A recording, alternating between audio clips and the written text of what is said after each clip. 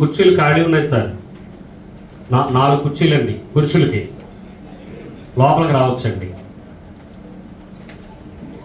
పురుషులు 4 కుర్చీలు ఖాళీగా ఉన్నాయి, వచ్చి ఇచ్చండి లోపలికి. 5 కుర్చీలు ఉన్నాయండి.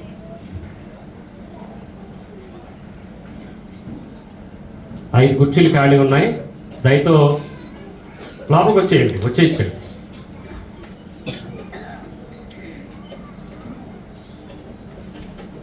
అంటే మధ్యలో డిస్టర్బెన్స్ లేకుండా ఉంటుందండి, అది దయతో అర్థం చేసుకోవాలని కోరుతున్నాను. ఇంకెవరైనా లోపలికి వచ్చేవాళ్ళు ఉంటే పురుషులు. ఇక్కడ 5 కుర్చీలు ఖాళీగా ఉన్నాయండి. 5 సహోదరులు లోపలికి వచ్చేయచ్చు. రండి, ముందుకు వచ్చేయండి. మీరు ఎట్లా కూర్చోండి.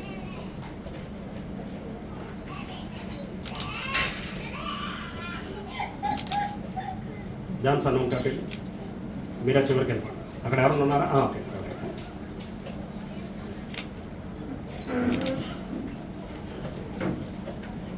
ఒక 3 కుర్చీలు ఖాళీ ఉన్నాయండి. ఒక 3 రావచ్చు. సోదరుల దగ్గర ఏమైనా ఖాళీ ఉన్నాయండి కుర్చీలు?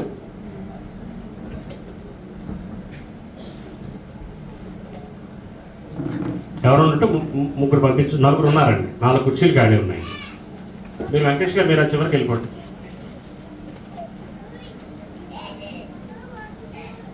మీరు చివరికి వెళ్ళిపోండి.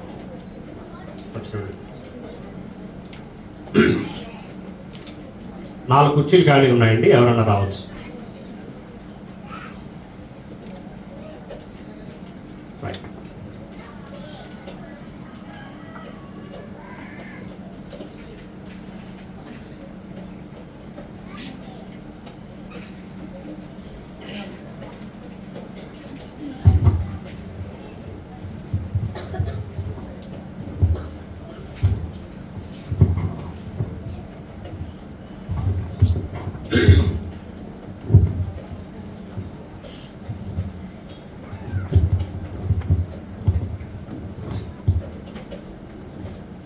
ఈ ఉదయకాల సమయంలో మనం అందరము దేవుని ఆరాధించడానికి దేవుని సన్నిధానానికి వచ్చి ఉన్నాం. ఈ 2025వ సంవత్సరంలో మొదటి ఆదివారంగా మనం అందరం కూడా ప్రేమ విందు కార్యక్రమాన్ని కూడా ఏర్పాటు చేసుకుని ఉన్నాం. గత సంవత్సరం అంతా దేవుడు మనల్ని అనేకమైనటువంటి శోధల నుంచి, అడ్డంకాల నుంచి తప్పించి కాపాడి దేవుడు మరలా ఈ ప్రభు దినాన్న చూడగలిగేటువంటి గొప్ప భాగ్యాన్ని మనకు అనుగ్రహించారు. దేవుని సన్నిధిలో మనం పాల్పంచుకునేటువంటి అవకాశాన్ని కూడా దేవుడు మనకిచ్చారు. అందును బట్టి క్రీస్తు నామములో మొదటగా దేవునికి కృతజ్ఞతాస్తుతులు చెల్లిస్తున్నాను. అలాగే శ్రద్ధ భయభక్తులతో ఇది మా బాధ్యత, మేము దేవుని ఆరాధించాలి అనేటువంటి నిర్ణయాలతో దేవుడిచ్చినటువంటి ఆజ్ఞను మనం పాటించాలి అనేటువంటి ఉద్దేశంతో దేవుని ఆరాధించడానికి మరియు క్రీస్తు యేసునందు మేము కలిగినటువంటి సహవాసాన్ని కొనసాగించుకోవాలి అనేటువంటి ఆలోచనతో ఈ కార్యక్రమానికి వచ్చినటువంటి మీ అందరికీ కూడా ప్రభువైన యేసుక్రీస్తు నామమున ప్రత్యేకంగా వందనాలు తెలియజేస్తున్నాను. మనం అందరం కూడా ఈ వారంకు మాత్రమే 10 గంటలకు అనుకున్నాం. ప్రతి వారం అయితే 9 గంటలకి, 9 గంటల కంటే ఇంచుమించు 8:45 అందరూ ఇక్కడ ఉండాలి. ఇంకా అందులో తిరిగిలేదు. దేవుని యొక్క చిత్తాన్ని బట్టి మనం అందరము కలుసుకోగలిగాం. ఇక్కడ నేను పనిచేస్తున్నటువంటి స్థానిక సంఘాలన్నింటినీ తీసుకొని రావాలనంటే పెట్సన్ అంకుల్ గారు మళ్ళీ ఒక ఫంక్షన్ హాల్ కట్టాలి. అంచేత సరిపోదు. ఇంచుమించుగా మనం పనిచేసేటువంటి స్థానిక సంఘాల్లోనే ఒక 50,000 మంది పైకి ఉంటారు. మన స్థానిక సంఘాల్లో ఉన్నటువంటి వాళ్ళు ఒక 50,000 మంది పట్టేటువంటి ఆడిటోరియం తడుపు స్థానిక సంఘం కట్టగలిగితే అప్పుడు వాళ్ళందరినీ పిలిచి మనం లవ్ ఫీస్ట్ ఏర్పాటు చేయాలి. అందులో ఏ సంఘానికి వెళ్ళినా వాళ్ళు నన్ను నిందిస్తున్నారు, మమ్మల్ని దూరం చేస్తున్నారు, మీతో కలవనివ్వట్లేదు, మమ్మల్ని వినవట్లేదు అని. అయితే ఈ భాగ్యం వడ్లూరు స్థానిక సంఘానికి దేవుడిచ్చాడు. వడ్లూరు స్థానిక సంఘం కూడా మన మధ్య పాల్పంచుకోవడానికి వచ్చారు. వారికి ప్రత్యేకంగా వందనాలు తెలియజేస్తున్నాను. దేవుని వాక్యాన్ని మనం నేర్చుకుందాం. యాక్చువల్లీ ఇవాళ సాల్మన్నాన్ని వాక్యం చెప్పమని నేను కోరాను. చిన్నాన్నకి ఆరోగ్యం కొంచెం బలహీనంగా ఉండటం వల్ల మరి వాక్యం నేనే చెప్పవలసిన పరిస్థితి ఏర్పడుతుంది. అన్నయ్య కూడా హైదరాబాద్ నుంచి వస్తారని చెప్పి ఆశపడ్డాను. మొదటి వారం అవటం వల్ల అందరూ వాళ్ళ కాంగ్రిగేషన్స్లో కార్యక్రమాలు పెట్టుకోవడం జరిగింది, రాలేని పరిస్థితులు ఉన్నాయి. కాబట్టి మరి పార్ట్స్ ఎందుకే పడతాయి, ఏం తప్పదు, అయితే భరించవలసిందే, భరించవు ఏం బాగా అంతే కదండి, అది తప్పదండి. కాసేపు మనం దేవుని వాక్యాన్ని ధ్యానం చేద్దాం. దేవుని మాటల ద్వారా మనం అందరం కూడా ప్రోత్సహించబడదాం. వచ్చినటువంటి వారందరూ ఒకవేళ ఇంకా ఆలస్యంగా వచ్చేటువంటి వాళ్ళు ఎవరు ఉంటే కొద్దిగా అడ్జస్ట్ చేసుకోండి. నిశ్శబ్దంగా మాట్లాడినట్టు బయటికి లాగేది. మాస్టర్ గారు మీరు ఉన్నారు కదా, వారు మాస్టర్ గారు చిత్త కొడతారు, టీసీలు ఇచ్చి పంపేస్తారు. అర్థమైందా? మామూలు మాస్టర్ గారు అది ఆలోచించండి. అందుకే మాస్టర్ గారిని అక్కడ కూర్చోబెట్టు.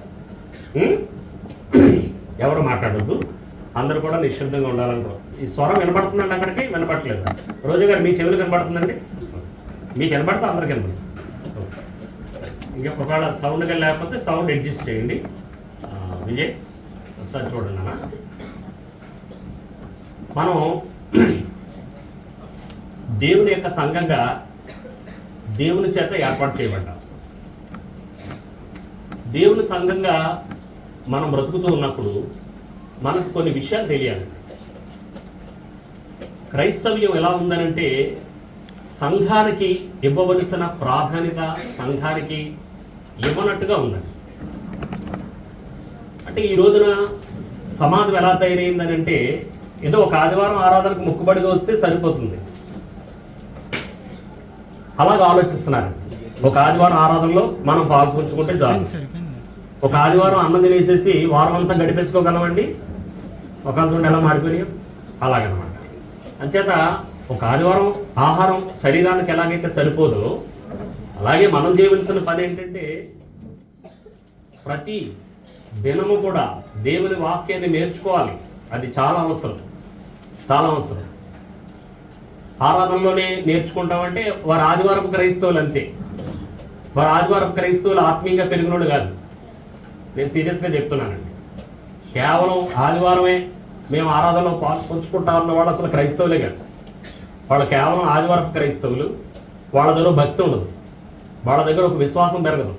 ఎందుకనంటే ఒక ఆదివారం వాక్యం నేర్చుకుంటే మనకు ఎట్లా కుదురుతుంది అంటే ఇలాగ ఎందుకు జరుగుతుంది అని అంటే సంఘం యొక్క విలువ వారికి తెలియకపోవడం, సంఘం యొక్క ప్రాధాన్యత ఏమిటో వాళ్ళు గ్రహించకపోవడం, సంఘానికి దేవుడు ఎంతటి విలువనిస్తున్నాడో ఈ ప్రపంచంలో దాన్ని గుర్తించకపోవడం. సంఘాన్ని దేవుడు ఏర్పాటు చేశాడు అని అంటే మనం గమనించవలసినటువంటి వాస్తవం ఏంటంటే దానికి ఎంతటి ప్రాధాన్యత ఇచ్చాడు. ఏర్పాటు చేసింది ఎవరో ఎక్కడో ఓ రాజమండ్రి సిటీ నుంచి వచ్చినటువంటి పొరగడ కాదు. ఇక్కడ ఏర్పాటు చేసింది ఎవరో ఒక మనుషులు కాదు, ఈ సంఘాన్ని ఏర్పాటు చేసింది. ఈ సంఘాన్ని ఏర్పాటు చేసుకుంది ఎవరో? దేవుడు ఏర్పాటు చేసుకుంది. దానికి ఒక విలువ లేకపోతే, దానికి ఒక ప్రాధాన్యత లేకపోతే దేవుడు ఎందుకు ఏర్పాటు చేస్తాడు ఈ సంఘాన్ని? అంచేత ఈ రోజున మనం ఒక వాస్తవాన్ని చదువుదామండి. ఏ వాస్తవాన్ని తెలుసుకుందాం అనంటే సంఘం యొక్క ప్రాధాన్యత పరిశుద్ధ గ్రంథాల నుంచి చూద్దామండి. దేవుని యొక్క మనసులో సంఘం యొక్క ప్రాధాన్యత, అది ఈరోజు మనం ఆలోచించబోతున్నటువంటి పాఠం. అంటే ఒకవేళ దేవుడు దానికి ప్రాధాన్యత ఇచ్చాడు అనుకోండి, మనం ఏం చేద్దాం? ప్రాధాన్యత ఇద్దాం. ఒకవేళ దేవుడు సంఘానికి ప్రాధాన్యత ఇవ్వలేదనుకోండి, మనము ఇవ్వద్దండి. 2024 సంవత్సరం అంతా తణుకులో ఉన్న సంఘం మేము ప్రాక్టీస్ చేసాం. ఏం ప్రాక్టీస్ చేస్తామనంటే ఖచ్చితంగా సంఘ కార్యక్రమాలన్నిటికీ పాల్పంచుకోవాలి, సంఘంలో సమయానికి పాల్పంచుకోవాలి, ప్రతి కార్యాన్ని మేము చేయాలని ఒక బాధ్యతగా మేము ఒక సవాలుగా తీసుకున్నాం. దాన్ని చాలా అద్భుతంగా మేము నెరవేర్చగలిగాం. చాలామంది బైబిల్ క్లాసులకి హాజరవ్వగలిగారు, చాలామంది సోదరులు స్త్రీల కూడికి హాజరవ్వగలిగారు. ఇంచుమించుగా ఆరాధన మానకుండా అందరూ ఆరాధనకి రాగలిగారు. అంత అద్భుతకరంగా చక్కగా దేవుని యొక్క కార్యాలు జరిగేటట్టుగా మమ్మల్ని మేము పూరుగలుగుతున్నాం. ఎందుకంటే ఆత్మీయ పెరుగుదలకు అది అవసరం. సంఘానికి ఇవ్వవలసినటువంటి ప్రాధాన్యత మనం ఇవ్వాలి. అది కాబట్టి ఈవేళ మనము దేవుని వాక్యం నుంచి మనం గ్రహిద్దాం. ఒకవేళ మన మనసులో ఇప్పటికే అంతటి ప్రాధాన్యతను ఇచ్చేటువంటి వ్యక్తులుగా మనం ఉంటే ఇంకా మరికొయిన ప్రాధాన్యతని ఇవ్వడానికి మనం ప్రయత్నం చేద్దాం. ఇది ఒక రాజకీయ వ్యవస్థ కాదండి సంఘము అని అంటే. మీ భౌతికమైన అవసరతను తీర్చుకునేటువంటి వ్యవస్థ కాదండి సంఘము అని అంటే. మీ కథాకాలక్షేపాలు నెరవేర్చుకోవడానికి కాదండి సంఘము అని అంటే. మనుషుల మీద మనుషులు చెడు ఆలోచనలు దురాలోచనలు చేసేటువంటిది కాదండి సంఘము అని అంటే. సంఘము అని అంటే దేవుని యొక్క దృష్టిలో చాలా ఉన్నతమైనటువంటి స్థానం ఉందండి. మనం అనుకున్నట్టుగా దేవుడు సంఘాల గురించి ఆలోచించట్లేదు. మనకంటే దేవుడు చాలా ఉన్నతంగా ఆలోచిస్తున్నాడు. యెషయా గ్రంథంలో దేవుడు ఒక మాట చెప్తున్నాడు చూడండి. 55వ అధ్యాయము, యెషయా గ్రంథము 55వ అధ్యాయాన్ని మనం ఒకసారి ఆలోచించినట్లయితే ఒక మాట ఆయన మనకు తెలియజేస్తున్నాడు. యెషయా గ్రంథము 55వ అధ్యాయము 8వ వచనాన్ని ఒకసారి మనం చూద్దామండి. నా తలంపులు అంటే ఎవరి తలంపులు? దేవుని యొక్క తలంపులు అనమాట. మీ తలంపుల వంటివి కావు. అంచేత చూడండి, దేవుని యొక్క తలంపుకి మన తలంపుకి తేడా ఉందా? చాలా తేడా ఉంది. అంతా ఇంత తేడా కాదు. అంచేత ఖచ్చితంగా ఒక స్టేట్మెంట్ ఇచ్చేసాడు ఆయన. ఏ స్టేట్మెంట్? నా తలంపులు మీ తలంపుల వంటివి కావు. జాగ్రత్త. మనం సంఘాల గురించి ఎలాగ ఆలోచిస్తున్నామో కానీ మనం ఆలోచించినట్టుగా ఎవరు ఆలోచించడం లేదు? దేవుడు ఆలోచించట్లేదు. దేవుడు సంఘాల గురించి చాలా ఉన్నతంగా ఆలోచిస్తున్నాడు. అంచేత ఆయన అంటాడు, నా తలంపులు మీ తలంపుల వంటివి కావు, మీ త్రోవలు నా త్రోవల వంటివి కావు. ఇదే యెహోవా వాక్కు. ఏమండి? ఆకాశములు భూమికి పైన ఎంత ఎత్తుగా ఉన్నవో మీ మార్గముల కంటే నా మార్గములు, మీ తలంపుల కంటే నా తలంపులు అంత ఎత్తుగా ఉన్నాయి. చూసారండి? అంచేత చాలా సందర్భాల్లో మనము ఎన్నో రకరకాలైనటువంటి ఆలోచనలు చేస్తామండి. కానీ మన ఆలోచన వేరు, దేవుని యొక్క ఆలోచన వేరు. అర్థమైందండి? మన మార్గాలు వేరు, దేవుని యొక్క మార్గాలు వేరు. చాలా జాగ్రత్తగా ఆలోచించాలి. అంచేత మన తలంపులు వంటివి దేవుని తలంపులు కాదు, మన మార్గముల వంటివి దేవుని మార్గాలు కావు. దేవుని మార్గాలు చాలా ఉన్నతమైనవి. ఆకాశం కంటే భూమి కంటే కూడా చాలా ఎత్తుగా ఉన్నాయి ఆయన మార్గాలు. అలాగే ఆయన తలంపులు కూడా.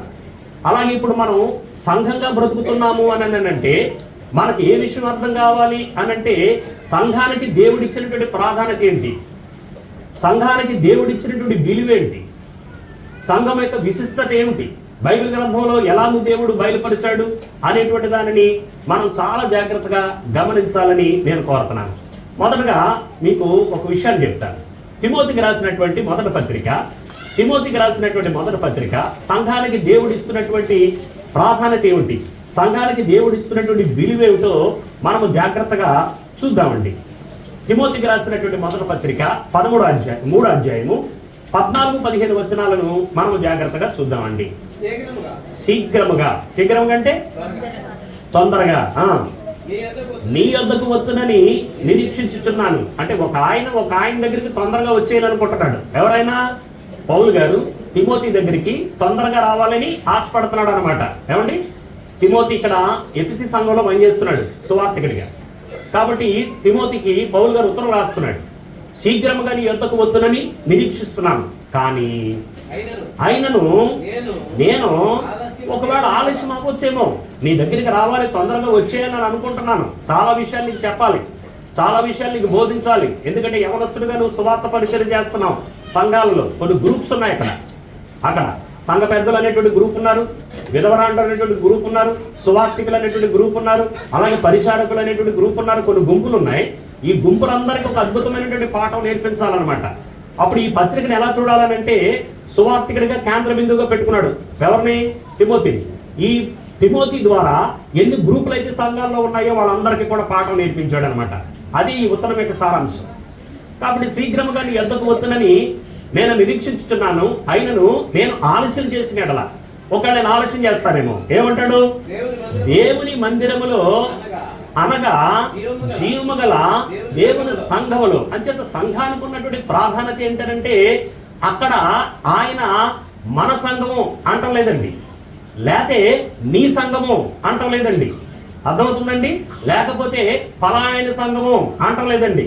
ఇక్కడ మనం ఏంటంటే ఊరు తెలియటం కొరకు ఊరు పేరు పెట్టుకున్నాం. తణుకు సంఘం అని, వడ్డూరు సంఘం అని అంటున్నాడు. ఇప్పుడు తణుకు సంఘం కానివ్వండి, వడ్డూరు సంఘం కానివ్వండి, రాజమండ్రి సంఘం కానివ్వండి, ఏలూరు సంఘం కానివ్వండి, ఎక్కడ సంఘం కానివ్వండి, ఎవరిదంటది? ఇక్కడ అంటాడనమాట, నేను ఆలస్యం చేసిన ఎడల దేవుని మందిరములో. ఎవరిదండి ఇది? అంటే కంప్లీట్గా మనం ఆలోచించవలసినటువంటిది ఏంటంటే సంఘము సంపూర్ణముగా ఎవరికి చెందినది అని అంటే దేవుడిదండి. ఎవరిదండి? దేవుడిదండి. మంద కాదండి, మంద కాదు, మనది అని అనుకోవడానికి అవకాశం లేదండి. అందుచేత దేవుడిది అన్నప్పుడు మనము చాలా జాగ్రత్త వహించాలండి. సంఘము దేవుడిది అన్నప్పుడు ఎంతటి జాగ్రత్త వహించాలి మనము? ఒక వస్తువు నాది కాదు, ఇక్కడ ఏర్పాటు చేయబడ్డటువంటి సంఘం నాది కాదు. కాబట్టి ఈ సంఘం పట్ల నేను వ్యవహరించేటప్పుడు ఎలా వ్యవహరించాలి, ఈ సంఘంలో నేను ప్రవర్తించేటప్పుడు ఎలా ప్రవర్తించాలి అని అంటే ఈ సంఘం ఎవరిది? దేవుడిదండి. దేవుడి సంఘంలో నేను ఎలా ప్రవర్తిస్తానో, దేవుడి సంఘంలో నేను ఎలా ఆలోచిస్తానో, దేవుడి సంఘంలో నేను ఎలా వ్యవహరిస్తానో అలాగే వ్యవహరించాలి. ఈ రోజున సంఘంగా బ్రతుకుతున్నటువంటి మనం ఎంతమంది అలాంటి ఆలోచనతో బ్రతుకుతున్నాం చెప్పండి? ఎంతమంది అలా బ్రతుకుతున్నామండి? మనం కొలిచిన కొలతను బట్టి దేవుడు ఏం చేస్తాడు? కొలుస్తాడు మనకి. మీరు దేవుని సంఘానికి దేవుని సంఘం అని చూసి ప్రాధాన్యత ఇచ్చారనుకోండి, దేవుడు ఎంతటి ప్రాధాన్యత ఇచ్చాడో అంతటి ప్రాధాన్యత ఇచ్చాడు అనుకోండి, మీకు దేవుడు ఏం చేస్తాడు? ప్రాధాన్యత ఇస్తాడు. కాబట్టి ఇప్పుడు నా దగ్గర నుంచి ప్రాధాన్యత తీసివేయబడిందని అంటే అర్థం ఏంటో తెలుసా అండి? నేను దేవుడికి ఇవ్వాల్సిన ప్రాధాన్యత నేను ఇవ్వలేదు అంతే. ఒకవాడు ఇచ్చుంటే ఖచ్చితంగా దేవుడు ఏం చేస్తాడు? నా ప్రాధాన్యత నాకు ఇస్తాడండి, ఖచ్చితంగా ఇస్తాడు. ఏమాత్రం కూడా సందేహం ఉండదండి. దేవుడు నాకు ప్రాధాన్యత ఎందుకు ఇవ్వటం లేదు, నా ప్రాధాన్యత దేవుడి దగ్గర నుంచి ఎందుకు తగ్గిపోయింది? నువ్వు దేవుడికి ప్రాధాన్యత ఇవ్వలేదు, దేవుని సంఘానికి నువ్వు ప్రాధాన్యత ఇవ్వటం లేదు. కాబట్టి ఇక్కడ మన మనసులలో ముద్రించుకోవలసినటువంటి సంఘటనలు ఏమిటంటే సంఘము అంటే ఎవరిది అని అంటేది దేవుడిది. అప్పుడు ఒక ఆలోచన మన మనసులో ఉండాలండి. కొరింథీయులకు రాసినటువంటి మొదటి పత్రిక 3వ అధ్యాయము, కొరింథీయులకు రాసిన మొదటి పత్రిక 3వ అధ్యాయము 16-17 వచనాలను మనం జాగ్రత్తగా చూద్దామండి. దేవుని ఆత్మ మీలో నివసించుచున్నాడని ఎవడైనా దేవుని ఆలయమును పాడు చేసి దేవుని వాణిని పాడు చేయడు. అర్థమైందండి? ఇప్పుడు ఈ సంఘం ఎవరికి సంబంధించిందటండి? దేవుడికి సంబంధించిందండి. ఒకవేళ ఎవరైనా సరే దేవుని యొక్క సంఘాన్ని కానీ పాడు చేయడానికి ప్రయత్నం చేశారనుకోండి, ఎందుకంటే ఇది ఎవరికి సంబంధించింది? దేవుడికి సంబంధించింది. మరి దేవుడికి సంబంధించిన సంఘాన్ని ఎవరైనా పాడు చేస్తారండి? పాడు చేసేవాళ్ళు ఉంటారా? ఉంటారండి? ఉంటారు. పాడు చేయకుండా ఉండకపోవడానికి ఉన్నారు కాబట్టి ఆయన ఏమని చెప్తున్నాడు? ఎవడైనా పాడు చేసిన ఎడల అని అంటున్నాడు. ఒకవేళ అది దేవునికి చెందిందైతే ఆ దేవుని సంఘాన్ని కానీ ఎవరైనా పాడు చేయడానికి కానీ ప్రయత్నం చేస్తే దేవుడు ఏమంటానంటున్నాడు? నేను వానిని ఒక మనుషుడు ఏమాత్రం పాడు చేయగలడు? ఏమాత్రం పాడు చేయగలడండి? ఏదో కాస్తంత పాడు చేయగలడండి. అర్థమవుతుందండి? మనుషుడి మీద చేసేటువంటి దురాలోచనలన్నింటిని బట్టి ఎంత పాడు చేయగలడు? ఎంతో పాడు చేసేయగలను అనుకోవచ్చండి. చేయలేడండి. ఎందుకంటే ఒకవేళ తన నీతి న్యాయాలతో బ్రతికేవాడికి తన పక్షాన్ని ఎవరుంటారు? దేవుడు ఉంటాడు. ఒక శత్రువు ఒక మార్గం నుంచి వస్తుంటే ఎన్ని మార్గాలు తరిమి కొడతానన్నాడు? 7 మార్గముల తరిమి కొడతానని వాగ్దానం చేశాడు ద్వితీయోపదేశకాండంలో. మామూలుగా కాదు. ఒకవేళ దేవుని సంఘాన్ని కానీ ఎవరైనా కానీ పాడు చేస్తే, ఎందుకంటే ఇది ఎవరికి చెందింది? దేవునికి చెందినటువంటి సంఘం కాబట్టి దేవునికి చెందినటువంటి సంఘాన్ని కానీ ఎవరైనా కానీ పాడు చేసినట్లయితే ఆయన ఏమంటున్నాడంటే నేను వానిని ఖచ్చితంగా ఏం చేస్తాను. అందుకే ఏం చేయాలనంటే సంఘము దేవునిది అని ఫిక్స్ చేసేసుకోండి. ఇది దేవునికి చెందింది. ఒకవేళ ఎవరైనా సరే ఈ సంఘాన్ని పాడు చేయడానికి ప్రయత్నాలు చేస్తున్నారు అని అంటే వాళ్ళ పట్ల ఎవరు జోక్యాన్ని కలిగించుకుంటారు? దేవుడు జోక్యాన్ని కలిగించుకుంటాడు. అందుకే వదిలేయాలండి. అందుకే మనం మాట్లాడకూడదండి. మనం మాట్లాడుకుంటూ ఉంటేనే అవకాశం ఎవరికి ఇస్తాం? మనం దేవుడికి ఇస్తామండి. అప్పుడు దేవుడు జోక్యాన్ని కలిగించుకుంటాడు, దేవుడు వారిని పాడు చేస్తాడు. కాబట్టి సంఘాన్ని గురించి దేవుడు ఇస్తున్నటువంటి ప్రాధాన్యత ఏమిటంటే మొట్టమొదటిది సంఘం ఎవరికి చెందింది అంటున్నాడు? నాకు చెందింది, దేవునికి చెందింది. పొరపాటున కూడా అది ఎవరికి చెందినటువంటిది కాదు, నా సంఘము. ఒకవేళ ఎవరైనా సరే నాకు చెందినటువంటి నా సంఘాన్ని కానీ ఎవరైనా పాడు చేయడానికి ప్రయత్నాలు చేస్తే నేను వారిని ఖచ్చితంగా ఏం చేస్తాను? పాడు చేస్తాను. ఒకవేళ నాకు చెందింది అని చెప్పి మీరు ఆలోచించగలిగితే మీరు చేయవలసినటువంటి పని ఏమిటన్నమాట? ఇది దేవునికి చెందింది అని అంటే అనునిత్యము కూడా ఎఫెసీయులకు రాసిన పత్రిక ఎఫెసీయులకు రాసిన పత్రిక 3వ అధ్యాయము 20-21 వచనాలను మనం చూద్దామండి. మనలో కార్యసాధకమైన తన శక్తి చొప్పున మనము అడుగు వాటన్నిటికంటేను ఊహించు వాటన్నిటికంటేను అత్యధికముగా చేయ శక్తి గల దేవునికి క్రీస్తు యేసు మూలముగా సంఘములో తరతరములు సదాకాలము ఏం కలగాలి? అంతేనండి. ఒకవేళ ఇది దేవునికి చెందిందైతే, ఈ సంఘము దేవునికి చెందింది అని కానీ మన మనసులో ముద్రించబడగలిగితే మనం ఏం చేయాలి? ఈ సంఘం ద్వారా పనునిత్యము ఎవరు ఏ కార్యం చేసినా దేవుడికి ఏం చెందాలండి? అంతే, మహిమ. ఓ మాట మాట్లాడుతున్నామా సంఘ సభ్యుడిగా, ఆ మాట ద్వారా దేవుడికి మహిమ వస్తుందా? ఓ పని చేస్తున్నాం, ఆ పని ద్వారా దేవుడికి మహిమ వస్తుందా? అది ఆలోచించాలి. సంఘం అంటే అనునిత్యము కూడా సంఘం దేవునికి మహిమ చెల్లించాలి. ఇటీవల కాలంలో నేను ఓ ప్రాంతానికి వెళ్ళానండి. అసలు ఆ ప్రాంతానికి నేను వెళ్ళటం కొత్త, చాలా కొత్త అండి. సంగీతరావు గారు వింటున్నారండి? ఆ కొత్త అండి, చాలా కొత్త నేను ఆ ప్రాంతానికి వెళ్ళటం. ఆ ప్రాంతానికి నేను వెళ్ళాను. ఆ ప్రాంతానికి నేను వెళ్ళిన తర్వాత ఆ దూర ప్రాంతంలో బాగా లోపలికి వెళ్ళి వాకింగ్ చెప్పాలి. వాకింగ్ చెప్పేసాను. వాకింగ్ చెప్పేసిన తర్వాత మరలా మేము వచ్చేసి ఒక కొట్టు దగ్గర ఆగి కాస్త కూల్ డ్రింక్ తాగుదామని చెప్పి ఆగాం. గబగబా ఒక ఆయన వచ్చాడు. ఒక ఆయన ఏం చేశాడంటే కొబ్బరి బండం కొట్టుకొని వచ్చాడు. కొబ్బరి బండం కొట్టుకొని వచ్చి ఆ కొబ్బరి బండం ఇచ్చి అయ్యగారికి తాగండి అంటున్నాడు. నేను వద్దండి కూల్ డ్రింక్ తాగుతున్నాను సార్ అంటే, అయ్యి బాబు మీరు మాకు బాగా తెలుసండి బాబు, మీరు జయరాజ్ గారు కదండి, తడుకు కదండి, మీరు అది ఆయన భాషలో మీరు పాస్టర్ గారు కదండి అని చెప్పి ఆయన కొబ్బరి బండం నాకు కొట్టేవడం కాదండి, ఓ 15 కొబ్బరి బండాలు కొట్టేసి నా కార్లో వేసాడు. మీరు మీటింగ్కి వెళ్తున్నారు కదండి, అక్కడ తాగండి, కూల్ డ్రింకులు తాకండి, మంచి కాయలండి ఇవి అని చెప్పేసి.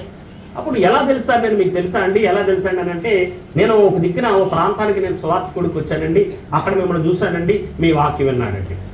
ఒకవేళ పొరపాటున రామారావు గారు నేను అక్కడ చిందులు దొక్కుతున్నాం అనుకోండి, అల్లర చిల్లరగా ఉన్నాం అనుకోండి, మమ్మల్ని చూసి ఏమనుకుంటాడండి అతను, అదే పలానా వేదిక మీద అద్భుతమైన ప్రసంగం చేసాడు ఈ జయరాజ్ గారు, ఇక్కడికి వచ్చి ఏం చేస్తున్నాడు ఈయన, అక్కడ సిగరెట్ కాలితే నేను అక్కడ సిగరెట్ కాలితే అక్కడ వేళం కూడా వాడుతూ సినిమాల గురించి చెత్త చెదారాలు మాట్లాడుకుంటే నేను దేవుడికి మహిమేనా?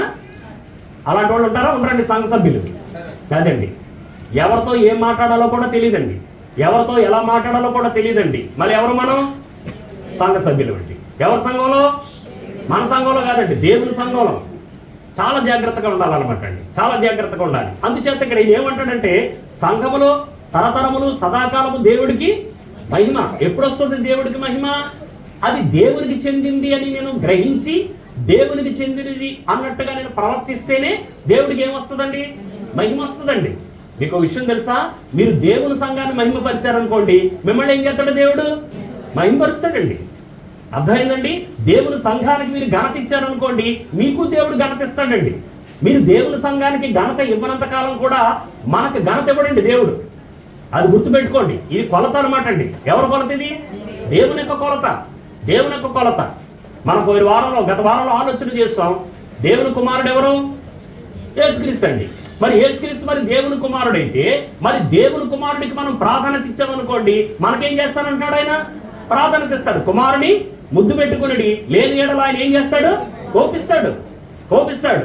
అంటే యేసు ప్రభుకి మనం ప్రాధాన్యత ఇచ్చాము అని అంటే దేవుడు మనకేం చేస్తాడు? ప్రాధాన్యత ఇస్తాడు అనమాట. ఒక ఆదివారం ఆరాధన మానేస్తామండి. ఆయన శరీరంలోనే రక్తంలో పాలు పంచుకోవడం లేదండి. పాపం చేసామా లేదా? పాపం చేసేసాం.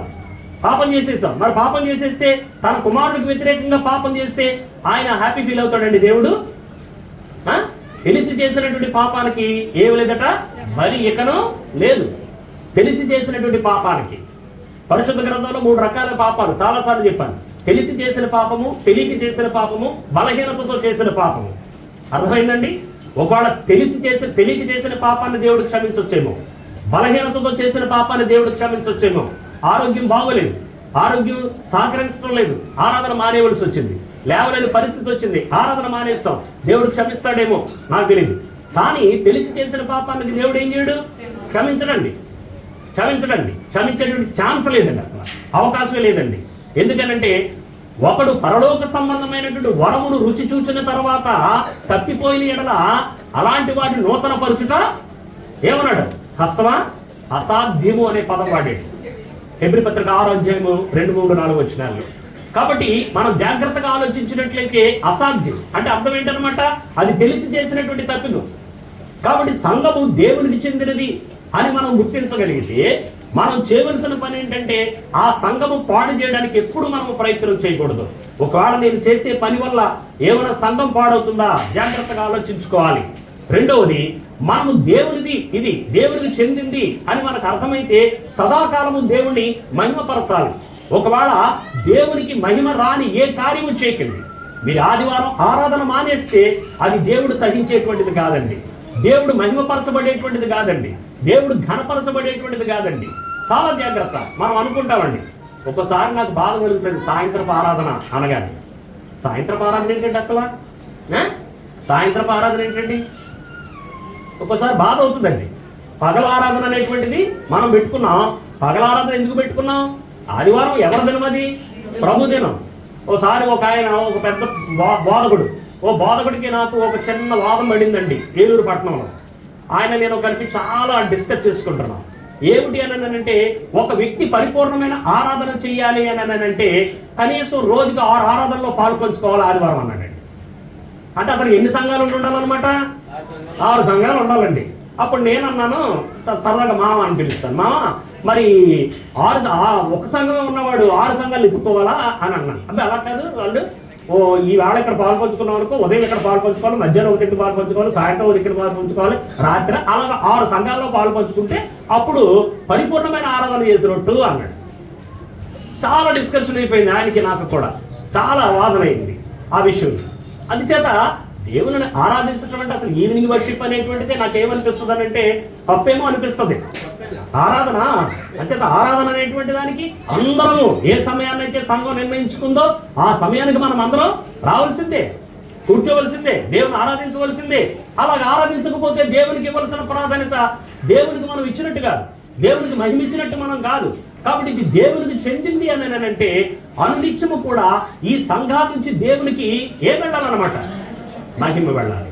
కాబట్టి గుర్తుపెట్టుకోండి, స్థానిక సంఘాల గురించి దేవుడిస్తున్న ప్రాధాన్యత ఏమిటంటే ఈ సంఘము ఎవరికి చెందింది? నాకు చెందింది అంటున్నాడు. అంతే, ఎవరిది కాదు, ఇది ఎవరిది కాదు. మనందరం ఎవరనంటే ఆ సంఘంలో సభ్యులు, ఆ సంఘంలో వ్యవహరిస్తున్నటువంటి దేవుని పిల్లలం మనం. ఆ సంఘంలో జీవన విధానాన్ని గడుపుతున్నటువంటి వ్యక్తులు మాత్రమే తప్ప ఇది మంద కాదు, ఇది నీది కాదు, నాది కాదు, ఎవరిది కాదు. చాలా సందర్భాల్లో చాలా మందికి ఎలాంటి ఆలోచన ఉండేది అంటే ఇది ఎవరిదే? సువార్థికుడిది అనేటువంటి ఉండేది. మొట్టమొదట కూడా తణుకులో మాకు అలాగే ఉండేది. కానీ దేవుని కృపలో దేవుడు ఆ ఆలోచన తీసి పడేది. ఎంత ప్రశాంతంగా ఉందో మాకు. హాయిగా అందరూ పనులు చేసుకుంటున్నాం, అందరూ హాయిగా దేవుడిని ఆరాధించుకుంటున్నాం, ప్రశాంతంగా దేవుని కార్యాలు చేసుకుంటున్నాం. ఎందుకంటే ఇది ఎవరిది? దేవుడిది. ఎంతకాలం ఉంటాం అంతకాలం మనం ఇక్కడ ఆరాధన చేసుకుంటాం, మన జీవితాలు ముగించుకుంటాం, మనం వెళ్ళిపోతాం. ఇంకో తరం వస్తుంది, వాళ్ళు ముగించుకుంటా వెళ్ళిపోతారు. అలా వెళ్ళిపోవలసిందే భూమి ఉన్నంతకాలం. కాబట్టి ఇది ఎవరికి చెందింది అనమాట? అది గుర్తుపెట్టుకోండి. మొట్టమొదటి ఇది దేవునికి చెందింది, దేవునికి చెందింది. మనం ఇష్టమైతే చేయవలసిన పని ఏంటంటే ఇది దేవునికి చెందింది అయితే ఆ సంఘం పాడు కాకుండా ఉండడానికి చూడండి. ఇది దేవునికి చెందిందని మీరు గుర్తించగలిగితే ఆ సంఘంలో అనునిత్యము కూడా దేవునికి ఏం చెందాలి? మహిమ చెందాలండి. చూడండి, సంఘాల గురించి ఆయన మాట్లాడుతున్నటువంటి మరొక మాటను మనం చూద్దాం. ఎఫెసీయులకు రాసిన పత్రిక 2వ అధ్యాయము, ఎఫెసీయులకు రాసిన పత్రిక 2వ అధ్యాయము జాగ్రత్తగా మనం చూద్దామండి. ఎఫెసీయులకు రాసిన పత్రిక 2వ అధ్యాయము 21, 22 వచనాలు మనం చూద్దామండి. ప్రతి కట్టడమును ఆయనలో చక్కగా అమర్చబడి, అర్థమవుతుందా మీకు? ప్రతి కట్టడమును ఆయనలో చక్కగా అమర్చబడి ప్రభునందు పరిశుద్ధమైన దేవాలయముటకు వృద్ధి పొందుచున్నది. ఆయనలో మీరు కూడా ఆత్మ మూలముగా దేవునికి నివాస స్థలమయ్యుటకు. అర్థమవుతుందా? సంఘము అని అంటే సంఘానికి దేవుడు ఎంతటి ప్రాధాన్యత ఇచ్చాడో తెలుసండి మీకు. ఇక్కడ ఏమన్నా మీకు అర్థమవుతుందా? ఏమంటాడండి ఇక్కడ? ఎంత ఉన్నతమైనటువంటి మాట మాట్లాడుతున్నాడో ఒకసారి మీరు చూడండి. ఎంత శ్రేష్టమైనటువంటి విలువ ఈ రోజున సంఘానికి ఇచ్చాడు. ఏమంటాడు ఇక్కడ? ప్రతి కట్టడమును ఆయనలో చక్కగా అమర్చబడి ప్రభునందు పరిశుద్ధమైన దేవాలయం ఒకటకు వృద్ధి పొందుతున్నది. అంటే సంఘం అంటే ఏంటనమాట? దేవాలయం. ఎవరి దేవాలయం? దేవుడిది అనమాట అండి. ఆయనలో మీరు కూడా, మీరంటే ఎవరో? సంఘం అనమాట. మీరు కూడా ఆత్మ మూలముగా దేవునికి నివాస స్థలమై ఉండుటకు సంఘానికి దేవుని దృష్టిలో ఎంత ప్రాధాన్యత ఉందో తెలుసండి లక్ష్మమ్మ? ఎంత ప్రాధాన్యత ఉంది? ఎంత ప్రాధాన్యత ఉంది? ఎంత ప్రాధాన్యత ఉందండి? దేవుడు మనలో ఏమంటున్నాడండి? నివసిస్తానంటున్నాడండి. అంటే మనలో నివసించేటువంటి స్థలము, అంటే దేవుడు నివసించే స్థలము ఏదనమాట. అంటే ఇప్పుడు సంఘం లేదనుకోండి, ఆయనకి నివసించే స్థలం లేదనమాట. ఓ గ్రామంలో క్రీస్తు ప్రభు యొక్క సంఘం లేదు, ఓ ప్రాంతంలో సంఘం లేదు, మరో ప్రాంతంలో సంఘం లేకపోతే అక్కడికి దేవుడు నివసించేటువంటి స్థలము ఏర్పాటు చేయవలసిన బాధ్యత మనది. అంటే అక్కడ సంఘాన్ని ఏర్పాటు చేయాలి. అంటే దేవుడు సంఘానికి ఎంతటి ప్రాధాన్యత ఇస్తున్నాడనంటే, నేను సంఘములో ఏం చేస్తానండి? నివసిస్తాను. నాకు ఒక అలవాటు ఉందండి, సిన్సియర్గా నా భార్యకి నేను అడ్వైజ్ చేస్తాను. నేను బయటికి వెళ్ళిపోతున్నాను అనుకోండి, మరలా నేను బయట నుంచి ఇంటికి వచ్చేటప్పటికి నేను పండుకునేటువంటి నా రూమ్ అంతా కూడా చాలా నీట్గా ఉండాలండి, చాలా నీట్గా ఉండాలి. నా బెడ్షీట్ నీట్గా ఉండాలి, నా పిల్లో కవర్ నీట్గా ఉండాలి, నా తలగడ శుభ్రంగా ఉండాలి, ప్రతిదీ శుభ్రంగా ఉండాలి, టవల్స్ శుభ్రంగా ఉండాలి, నా టాయిలెట్ నీట్గా ఉండాలి, అంత నీట్గా ఉండాలి. ఒకటి లేదనుకోండి, అసలు ఆ రూమ్లోకి నేను వెళ్ళను. ఎందుకు పనికిరానటువంటి ఒక మనిషి నివసించడానికి ఉండేటువంటి రూము ఎలా ఉండాలి? అందరూ కూడా అంతే. ఈ మధ్యన చాలా మంది సహోదరులు ఇళ్ళకి వెళ్తుంటే హాల్లో కూర్చొనివ్వట్లేదు, బెడ్రూమ్లోకి తీసుకెళ్తున్నారు. ఎందుకని బెడ్రూమ్లోకి? అక్కడ ఏసీ ఉంది బ్రదర్, అక్కడ కూర్చోండి అంటున్నారు. అర్థమవుతుందండి? ఈ మధ్యన కొంతమంది ఏం చేశారంటే హాల్లో కూడా ఏసీలు ఏం చేశారు. ఎందుకని? అక్కడ కూర్చోబెట్టడానికి అనమాట. అర్థమవుతుందండి? అలా అంటే ఓ మనుషుడు కూర్చోడానికి, ఓ మనుషుడు నివసించడానికి ఎంతటి అందమైన స్థలం ఉండాలి అని కోరుకుంటాం. మరి దేవుడు నివసించే స్థలం ఏదండి? సంఘం. అప్పుడు ఆలోచించాలన్నమాట. మనం ఏం ఆలోచించాలి? సంఘముగా నాలో దేవుడు నివసించడానికి కావలసిన అనుకూలమైనటువంటి వాతావరణం ఉందా లేదా? అక్కడ బయట అల్లరి చేస్తున్నారు చూడండి పిల్లలు, గట్టిగా పట్టుకున్నాడు, బయట చాలా అల్లరి చేస్తున్నారు. కాబట్టి ఇక్కడ మనం ఆలోచించవలసిన విషయం ఏంటంటే, మరి నాలో దేవుడు నివసించే అవకాశం మనం ఇస్తున్నామా? ఆయన ఏమంటాడంటే, ఖచ్చితంగా మిమ్మల్ని కట్టాను, మీరు కట్టబడుతున్నారు. దేని కొరకు కట్టబడుతున్నారు? నాకు నివాస స్థలంగా ఉండడానికే మీరు కట్టబడుతున్నారు. అంటే ఎంతటి ప్రాధాన్యత ఇస్తున్నాడంటే, నేను వచ్చి మీలో ఏం చేస్తానంటున్నాడు? నివసిస్తానంటున్నాడు. ఎంతటి ఆధిక్యత. సోదరుడు జాన్ షెపర్ గారు మీకు అందరికీ పరిచయం ఉన్నటువంటి సోదరులు. ఆయన అమెరికా దేశం నుంచి భారతదేశానికి బయలుదేరి వచ్చేటప్పుడు నాకు ఫోన్ చేస్తాడు. ముందు ఫోన్ చేసి, నేను రావాలనుకుంటున్నాను ఇండియా అని అంటాడు. సరే రండి, ఎప్పుడు వస్తారు కాస్త ముందు చెప్పండి, నా డేట్లు ఖాళీ చేసుకుంటానంటారు. నేను నీకు ఫోన్ చేసింది నేను వస్తున్నానని చెప్పడానికి, నీ డేట్లు నువ్వు ఖాళీ చేసుకుంటావని కాదు, ఖచ్చితంగా చేసుకోవాలి, కుదరదు. నేను ముందుగా నీకు విషయం చెప్పడానికి నేను నీకు ఫోన్ చేశానంటాడు. ఏంటంటే, మీ ఇంట్లోనే నేను ఉంటాను, హోటల్లో ఉండను అంటాడు. మీకేమైనా అర్థమైందా? ఆయనకి పైన మనం కట్టున్నటువంటి గెస్ట్ రూమ్ చాలా ఇష్టం. ఆయనకి ఆయన భార్యకి చాలా ఇష్టం అనమాట. అది వాళ్ళ సొంత ఇల్లు అంటారు. మా సొంత ఇంట్లో రూమ్ ఎలా ఉందో అలాగే ఉంటుంది ఇది, అందుకని మా సొంత ఇంట్లో ఉన్నట్టుంటుందని చెప్పి ఆయన వచ్చేటప్పటికి ఆ రూమ్ శుభ్రం చేసి నీట్గా పెట్టమంటాడు. పరుపు శుభ్రంగా చేసి పెట్టు, మంచాలన్నీ శుభ్రం చేసి పెట్టు, అన్ని నీట్గా ఉండాలి, నేను వచ్చి అందులో ఉంటాను. ఇక్కడ తప్ప నేను ఎక్కడ ఉంటాను సార్, మంచి హోటల్స్ ఉన్నాయి సార్, రాజమండ్రిలో మంచి హోటల్ ఉంది, తణుకులో ఇంకా మంచి హోటల్స్ ఉన్నాయి సార్. అసలు ఒప్పుకోండి, అసలు నేను ఎక్కడ ఉండను, ఖచ్చితంగా మన ఇంట్లోనే ఉంటానంటాడు. ఆయన ఖచ్చితంగా కండిషన్ పెడతాడు. అది ఆయనకి ఇష్టమైంది. అప్పుడు మనం ఏం చేస్తాం? సహోదరుడు మన ఇంట్లో ఉండడానికి ఇష్టపడుతున్నాడు కాబట్టి ఆ గదిని ఆయన కొరకు ఏం చేస్తాం? శుభ్రం చేసి పెడతాం, చక్కగా నీట్గా అలంకరించి పెడతాం. మా సహోదరుడు వస్తున్నాడు, ఆయన ఇక్కడ ఉంటారు అని చెప్పి. అలాగే ఇప్పుడు దేవుడు చెబుతున్న మాట ఏంటంటే, దేవుని నివాస స్థలమై ఉండుటకు మీరు ఏం చేయబడుతున్నారు? కట్టబడుతున్నారు. అంచేత మనలో ఆయన ఏమంటున్నాడనంటే, నివసిస్తాను అని అంటున్నాడండి. నివసించేటువంటి అవకాశాలు దేవునికి మనం ఇస్తున్నామా? నివసించేటట్టుగా సంఘంగా మనం బ్రతుకుతున్నామా? జాగ్రత్త. దేవుడు నివసించినటువంటి స్థలము చాలా అద్భుతంగా వర్ధిల్లుతుందండి. అందుకని అక్కడ ఒక మాట అన్నాడు చూడండి, మరలా మనం చదువుకుందామండి. 21-22 వచనాలు చూద్దామండి. ప్రతి కట్టడమును, మర్చిపోకండి ఈ మాటలు మీరు చాలా జాగ్రత్తగా గ్రహించాలని కోరుతున్నాను. ఒకవేళ దేవుడు నివసించే నివాస స్థలముగా మన సంఘం ఉంటే ఆ సంఘము ఏమవుతుంది చూడండి. ప్రతి కట్టడమును ఆయనలో చక్కగా అమర్చబడి ప్రభునందు పరిశుద్ధమైన దేవాలయముటకు, అర్థమవుతుందండి? ఏమవుతుందండి? అర్థమవుతుందా? ఒకవేళ మన స్థానిక సంఘము దేవుడు నివసించేటువంటి విధానంలో ఉందనుకోండి, ఆ సంఘం ఏమవుతుందండి? వృద్ధి చెందుద్దండి, అభివృద్ధి చెందుద్దండి. ఎందుకంటే దేవుడు నివసించినటువంటి ప్రాంతాన్ని దేవుడు ఏం చేస్తాడు? వృద్ధి చేసేస్తాడండి, అభివృద్ధి చేసేస్తాడండి. అంచేత దేవుడు ఎంతటి ప్రాధాన్యత ఇస్తున్నాడో చూడండి. మొదటి ప్రాధాన్యత ఏంటండి? ఇది నాకు చెందింది అంటున్నాడండి.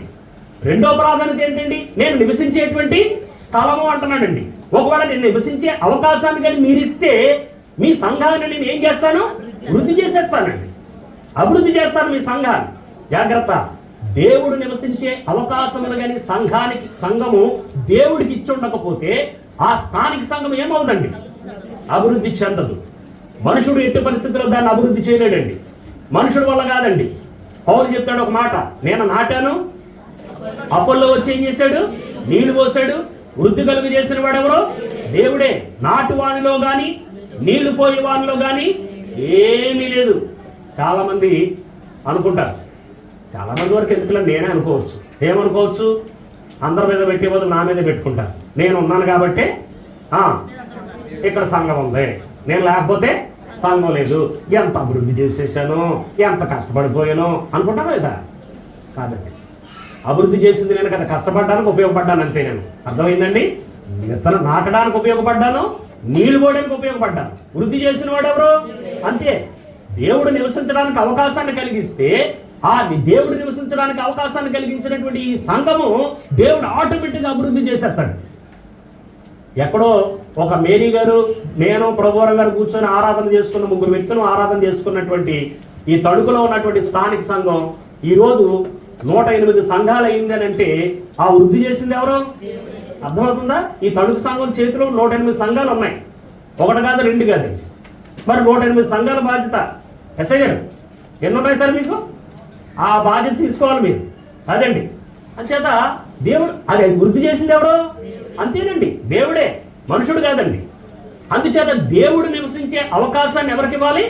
దేవుడికి ఇవ్వాలి మనం. అప్పుడు మనం వేసుకోవాలి ప్రశ్న, దేవా నా ప్రవర్తన నువ్వు నివసించడానికి అనుకూలంగా ఉందా? నా ప్రవర్తన నువ్వు నివసించడానికి అనుకూలంగా ఉందా? ఇక్కడ ఒక మాట చెప్పాడండి, 21వ వచనం చూడండి. 21వ వచనం, ప్రతి కట్టడమును ఆయనలో చక్కగా అమర్చబడి ప్రభువునందు, అర్థమవుతుందండి? కాబట్టి ఇప్పుడు వేసుకోవాల్సిన ప్రశ్న ఏంటనమాట, దీన్ని దేవుడు గారు నివసిస్తే ఈ సంఘంలో దేవుడు దాన్ని ఏం చేస్తాడు? అభివృద్ధి చేస్తాడు. అందులో ఏమాత్రం సందేహం లేదు. అంతేకాదు, మరి దేవుడు నివసించాలంటే మన సంఘంలో ఈ సంఘం ఎలా ఉండాలట? పరిశుద్ధంగా. ఎలా ఉండాలండి? పరిశుద్ధంగా ఉండాలండి, పరిశుద్ధంగా ఉండాలి. మరి ఈ రోజున సంఘ సభ్యులు అని చెప్పుకొని, క్రైస్తవులు అని చెప్పుకొని, మరి ఈ రోజున సిగరెట్లు కాల్చేటువంటి క్రైస్తవులు ఉన్నారు, తాగుడు తాగే క్రైస్తవులు ఉన్నారు, కైనీలేనండి కైనీలు తినే క్రైస్తవులు ఉన్నారు, కైనీళ్ళు అలాంటి చెత్తా చెదారాలు తినేటువంటి క్రైస్తవులు ఉన్నారు. సినిమాలకి గందరగోళం చెత్త కొట్టుకుని వెళ్ళేటువంటి వాళ్ళు బోర్డు మంది ఉన్నారు. బళ్ళు మీద సినిమా యాక్టర్ ఫోటోలు అంటించుకునే వాళ్ళు ఉన్నారు. నెంబర్ ప్లేట్లు కాదండి, నెంబర్ ప్లేట్లు కాదు, అంటించుకుంటారు కొంతమంది. అలాంటి వాళ్ళు ఉన్నారు, ఉంటారండి. మరి అది పరిశుద్ధమైందేనా? అది పరిశుద్ధమైన కార్యమేనా? సెల్ ఫోన్ ఇలా చెవుల్లో పెట్టేసుకొని వెళ్ళిపోతున్నాడు. ఎలాగా మన ఈ మధ్యన ఒక ఆయన, నేను వెళ్ళి అడ్డు పెట్టేశాను వందనాలు అని చెప్పాడు. వెంటనే వందనాలు చెప్పేశాడు. నేను ఆడెవడో నాకు తెలియదు, నేను ఎవరో వాడికి తెలియదు, కానీ వందనాలు చెప్పాడు. కానీ అతను ఎవరు తెలుసు, ఎవరంటే నేను ప్రీచర్ని. అప్పుడు వెంటనే సీరియస్గా చెప్పాను, మీరు పక్కన ఆపుకోండి సార్, పక్కన ఆపుకొని కాసేపు మాట్లాడుకొని వెళ్ళండి, పక్కన ఆపుకొని మీరు మాట్లాడండి. ఈ మధ్యన మా సొంత ఊరు వెళ్ళానండి. మా తమ్ముడు ఒకడు అలాగే చెవిలో సెల్ ఫోన్ పెట్టుకొని మాట్లాడుకుంటూ వచ్చేస్తుంటే అప్పుడు వెంటనే నేను వాడిని రే సెల్ ఫోన్ పెట్టుకొని మాట్లాడకూడదు అంటే రోజా గారు వెంటనే జయరాజు గారు తమ్ముడు అన్నారండి. ఆడికి కళ్ళంటే నీళ్ళు వచ్చేసి అంతే. అన్నయ్య తప్పు అయిపోయిందని, క్షమించని, నీకు చెడ్డ పేరు తెచ్చేసానని, తప్పు అయిపోయిందని. అప్పుడు రోజా గారిని రిక్వెస్ట్ చేశారు, బాబు ఇంకోసారి అనకండి, అది ఏడ్చేస్తాడు, ఊరుకోండి బాబు అని చెప్పేసాను. తప్పేనండి, అది తప్పే. మరి జయరాజ్ అన్నయ్య అయిన తర్వాత జాగ్రత్తగా ఉండద్దా? జయరాజ్ అన్ని తమ్ముళ్ళని చెప్పుకోవడం కాదు. వాడు ఎలా ఉండాలి? జాగ్రత్తగా ఉండాలి, పరిశుద్ధంగా ఉండాలి, పరిశుద్ధమైన పనులు చేయాలి. మాట్లాడచ్చు సార్, అలాగా మాట్లాడకూడదండి, మాట్లాడకూడదు. అలాగనమాట. నేను చేసేటువంటి పనులు పరిశుద్ధమైనయా కాదా? నేను చేసే కార్యాలు పరిశుద్ధంగా ఉన్నాయా లేదా? పరిశుద్ధంగా ఉండకపోతే దేవుడు నివసింపడండి, పరిశుద్ధంగా లేకపోతే దేవుడు నివసింపడండి. అర్థమవుతుందండి? చాలా జాగ్రత్త. పరిశుద్ధం ఉంటే దేవుడు నివసిస్తాడు. దేవుడు నివసిస్తే ఆ సంఘం ఏమవుతుందండి? అభివృద్ధి చెందుతుందండి. ఎంత అభివృద్ధి చెందుతో 108 సంఘాలు ఏంటండి, కొన్ని వేల సంఘాలు మీరు స్థాపించగలరు. కొన్ని వేల సంఘాలకి మీరు స్థాపించడానికి కారకులు అవుతారండి. మీ ద్వారా విశ్వాసము అనేకమైనటువంటి ప్రాంతాల్లో మ్రోగుద్దండి. మాసిదోనియాలో ఉన్నటువంటి లేక దెసలోనికలో ఉన్నటువంటి వారి యొక్క విశ్వాసము మాసిదోనియా ప్రాంతంలోను అకీయ ప్రాంతంలోను కూడా మ్రోగింది అంటాడండి. జస్ట్ వారు కలిగినటువంటి విశ్వాసం, దెసలోనికలో కలిగినటువంటి విశ్వాసం మాసిదోనియా ప్రాంతంలో అందరికీ, అకీయలో ఉన్నటువంటి వారందరికీ కూడా మ్రోగింది అని చెప్తాడు. ఎంత గొప్పగా చెప్తాడు. ఎక్కడ మ్రోగుతుందో మన విశ్వాసం? అలాగే ఆలోచించాలి. కాబట్టి దేవుడు సంఘానికి ఎంతగా ప్రాధాన్యత ఇస్తున్నాడో చూడండి. మొదట సంఘం ఎవరికి చెందింది? దేవుడికి చెందిందండి. రెండోది, సంఘము దేవుడు నివసించేటువంటి స్థలముగా ఏర్పాటు చేసుకున్నాడు. కాబట్టి దేవుడు నివసిస్తే ఆ సంఘానికి ఏంటండి? అభివృద్ధి అండి. మరి దేవుడు నివసించాలంటే ఆ సంఘం ఎలా ఉండాలి? పరిశుద్ధంగా ఉండాలి, పరిశుద్ధంగా ఉండాలి. పశ్చాత్తాపము, మారు మనసుతో కూడిన బ్రతుకులతో కూడిన పరిశుద్ధత. పశ్చాత్తాపం, మారు మనసుతో కూడిన జీవితాలు లేకపోతే పరిశుద్ధత రాదండి మన దగ్గరికి. పరిశుద్ధత ఎలా వస్తుందండి? ఊరకనే వచ్చేస్తుందండి పరిశుద్ధత. ఆయన రావాలనుకున్నాడు సీనాయి పర్వతం మీదకి. సీనాయి పర్వతం మీదకి వచ్చి ధర్మశాస్త్రాన్ని ఇవ్వాలనుకున్నాడు. ఏం చెప్పాడండి ఆయన? నేను రావాలంటే ఇక్కడ ఉన్నటువంటి ప్రజలు 3 రోజుల నుంచే ఎలా ఉండాలి? పరిశుద్ధంగా ఉండాలి. మాసిన బట్ట అక్కడ ఉండడానికి వీళ్ళేదంతే మేడల్లో, చాలా జాగ్రత్త అని చెప్పాడు. ప్రత్యక్ష గుడారంలో లేక సాక్ష్య గుడారం కట్టాడు.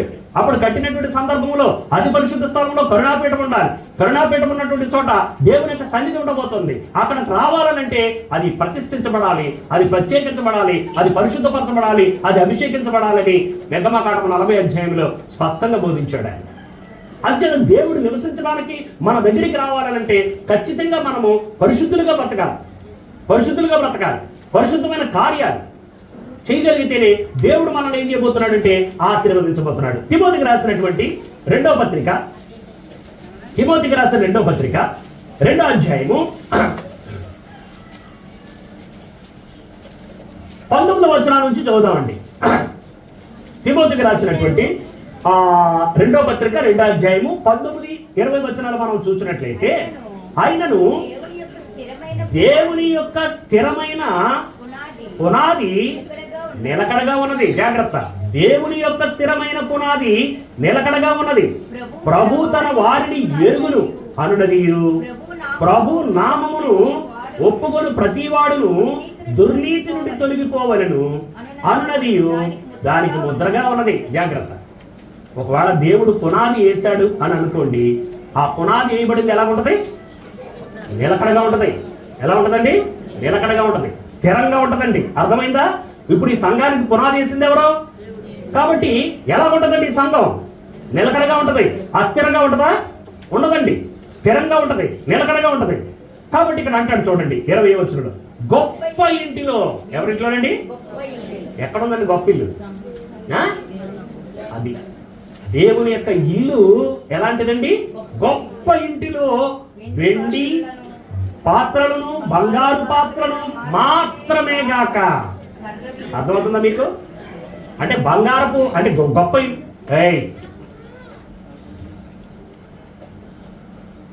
గొప్ప ఇంటిలో వెండి పాత్రలను, బంగారు పాత్రలు మాత్రమే గాక కర్రవియు మంటివియు కూడా ఉండును.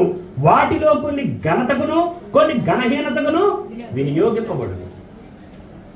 దేవుని యొక్క లేక సంఘాన్ని దేవుడు దేవుని యొక్క గొప్ప ఇంటిగా చూస్తున్నాడండి.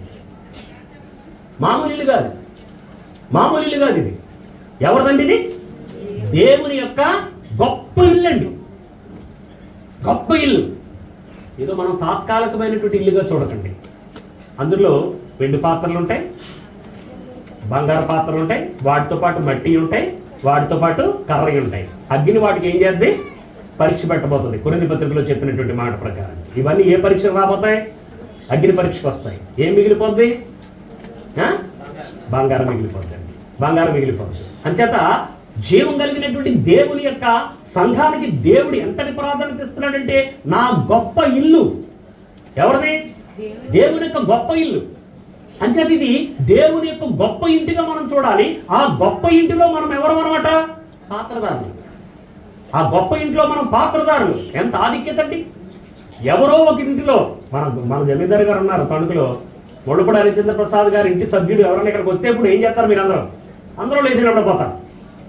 అర్థమైందండి? అందరూ లేచినప్పుడు పోతారు. ఎందుకని? గొప్ప ఇంట్లో ఉన్నట్టు ఒక ఆయన వచ్చాడు. కానీ ఇంతకంటే గొప్ప ఇల్లు ఎక్కడైనా ఉందా? సంఘము కంటే గొప్ప ఇల్లు ఎక్కడైనా ఉందా అంటే, దేవుని యొక్క గొప్ప ఇల్లు ఏదనంటే సంఘం. ఆ గొప్ప ఇంటిలో మనం ఎవరు అన్నమాట? పాత్రదారులు. మనం పాత్రదారులుగా వాడబడుతున్నామండి. చాలా జాగ్రత్తగా ఆలోచించాలి. మరి ఇంటిలో సభ్యులుగా మనం వ్యవహరిస్తున్నామా? దేవుని యొక్క ఇంటిలో సభ్యులుగా మనము ప్రవర్తిస్తున్నామా? మరి దేవుని యొక్క ఇంటిలో లేక దేవుని యొక్క కుటుంబంలో సభ్యుల యొక్క ప్రవర్తన ఎలా ఉంటుందండి? మనం దేవునికి ఇంటిలో సభ్యులమైతే ఎంతమంది ఉన్నారండి దేవుని ఇంటిలో సభ్యులు? చేతులెత్తని పర్లేదు, చేయలేమని ఆగాలంటే. దేవుని యొక్క ఇంటిలో సభ్యులు కారు బైబిల్ గ్రంథం ఎంత స్పష్టంగా చెప్పేసిందో తెలుసా అండి? యెషయా గ్రంథము జాగ్రత్తగా మనం ఆలోచన చేద్దామండి. మరి ఇది దేవుని యొక్క గొప్ప ఇల్లు అయితే, ఆ గొప్ప ఇంటిలో మనం కుటుంబ సభ్యులు అండి. మనం అందరం కూడా కుటుంబ సభ్యులు. ఆ గొప్ప ఇంటిలో మన యొక్క పరిస్థితి ఏంటి? 11వ అధ్యాయము దేవుని యొక్క గొప్ప ఇంటిలో మన యొక్క ప్రవర్తన, దేవుని యొక్క గొప్ప ఇంటిలో మన మనుగడ ఎలా ఉంటుంది? యెషయా గ్రంథము 11వ అధ్యాయము 6వ వచనం నుంచి మనం జాగ్రత్తగా చూద్దామండి. ఎవరంటాడో? తోడేలు ఎలా ఉంటుందండి? తోడేలు స్వభావం ఏంటండి? ఏమండి? తోడేలు స్వభావం ఎలాంటిది? తోడేలు గొర్రె పిల్ల యొద్ద ఎక్కడండి? చాలా మంది ఏమంటున్నారంటే, ఇది ఇంకా జరగలేదు, తోడేలు యొద్ద గొర్రె పిల్ల వాసన చేయటం అనేది జరగదు. తోడేలుకి గొర్రె పిల్ల కానీ కనబడింది అనుకోండి, వెంటనే ఏం చేద్ది? చంపేద్ది. ఎందుకంటే దేంతో ఉంటుంది తెలుసండి? తోడేలు కక్షతో ఉంటుందండి. ఎప్పుడైతే దొరుకుద్దో అసూయతో ఉంటుందండి. కక్ష అర్థమవుతుందండి? అసూయతో ఉంటుంది. కాబట్టి ఈ అసూయతో కక్షతో ఉన్నటువంటి ఈ తోడేలు ఎప్పుడైతే గొర్రె పిల్ల కనబడిందో వెంటనే ఏం చేద్దండి? దాని మీద పడిపోయి చంపారు. మరి ఇప్పుడు తోడేలు గొర్రె పిల్ల కలిసి మనందరం కలిసి బతుకుదాం అని అంటాయా? కాబట్టి చాలా మంది ఏమంటున్నారంటే, ఇది దేవుని రాజ్యంలో జరుగుద్ది, ఇది యేసు ప్రభు రెండో మారు వస్తాడు, రాజ్యాన్ని స్థాపిస్తాడు, అప్పుడు ఏం జరుగుద్దంటే తోడేలు గొర్రె పిల్ల కలిసి నివసిస్తారు, అప్పుడు జరిగేది ఇది అని బోధించేటువంటి బోధకులు కూడా మంది ఉన్నారు. చేతవతగానుడు కాదండి. ఈ తోడేలు గొర్రె పిల్ల యొక్క వాసం చేసేటువంటి ప్రోగ్రాం జరుగుద్దా? తర్వాత కింద అంటాడు, చిరుతపులి మేకపిల్ల యొద్ద, చిరుతపులి దగ్గర మేకపిల్ల పడుకుంటుందా? ఏమా బాను పడుకుంటుందా? ఏం పడుకోవడం అంటవే ఏంటో మరి తెలియదు, అంతే. నేను అడిగాను. ఓకే, చిరుతపులి మేకపిల్ల యొద్ద పడుకుంటుందా? పడుకోదండి. దూడయు కొదమ సింహమును పెంచబడిన కోడియు కూడుకొనగా బాలుడు ఏం చేస్తున్నాడు? వాటిని తోలుతాడు. జరుగుద్ది ఇది. ఏమండి? ఈ కార్యం జరుగుద్దా?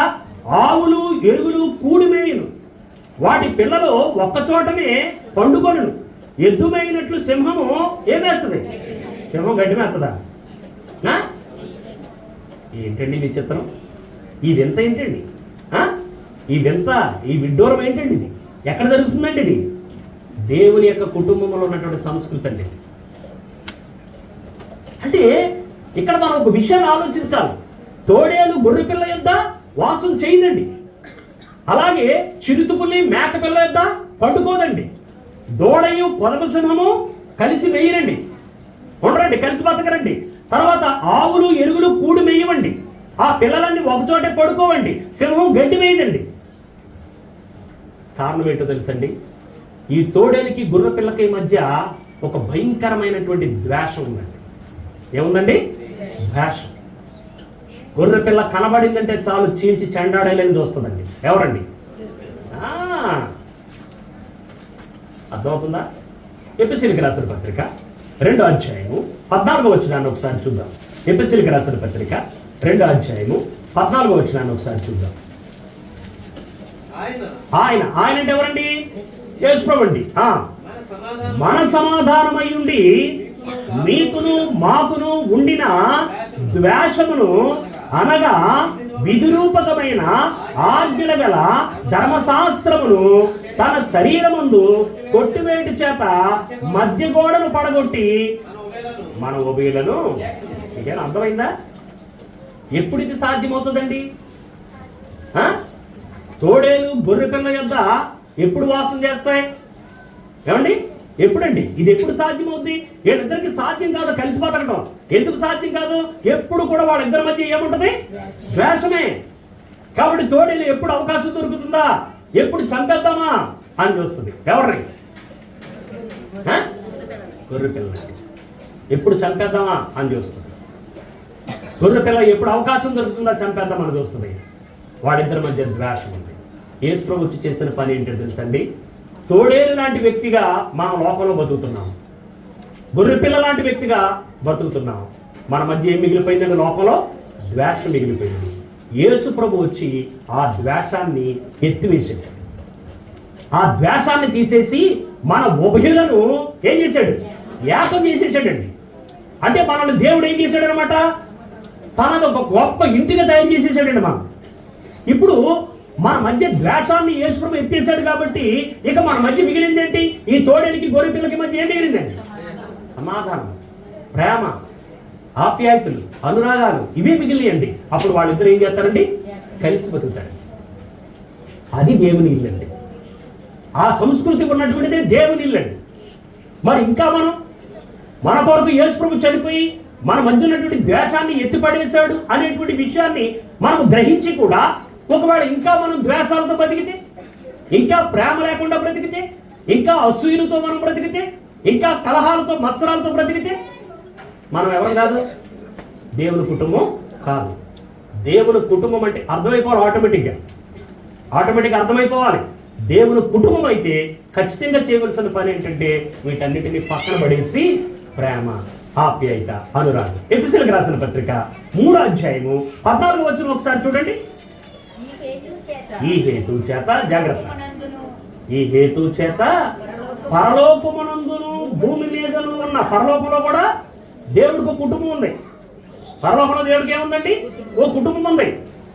ఏమండి? పరలోకంలో కుటుంబంలో ఎవరున్నారు? దేవుడు ఉన్నాడు, యేసు ప్రభువు ఉన్నాడు, పరిశుద్ధాత్ముడు ఉన్నాడు, దేవదూతలు ఉన్నారు. అది పరలోకంలో ఉన్న కుటుంబం. పరలోకమునందును భూమి మీద ఉన్న ప్రతి కుటుంబము ఏ తండ్రిని బట్టి కుటుంబం అని పిలువబడుతుందో అర్థమవుతుందండి. అప్పుడు భూమి మీద కూడా కుటుంబం ఏర్పడింది. ఈ కుటుంబంలో భార్య, భర్త, పిల్లలు ఉన్నారు. ఈ కుటుంబంగా ఎందుకు ఏర్పాటు చేశాడు? ఈ కుటుంబం అంతా వచ్చి ఏ కుటుంబంగా కలిసిపోవాలట? ఆత్మ సంబంధమైనటువంటి దేవుని కుటుంబంగా మలచబడిపోవాలి. మలచబడకపోతే ఈ కుటుంబాలు ఎక్కడికి రావండి? పరలోకంలో ఉన్నటువంటి దేవుని కుటుంబంతో చేర్చబడకపోతే పరలోక రాజ్యంలో స్థానం మనకి లేదు. అంచేత దేవుడు సంఘానికి ఎంతటి ప్రాధాన్యతని ఇస్తున్నాడో ఒకసారి మీరు ఆలోచించండి. ఈ ప్రాధాన్యత కలిగినటువంటి వ్యక్తులుగా మీరు జీవం కలిగిన దేవుని సంఘంలో మనం బ్రతుకుతున్నామా లేదా?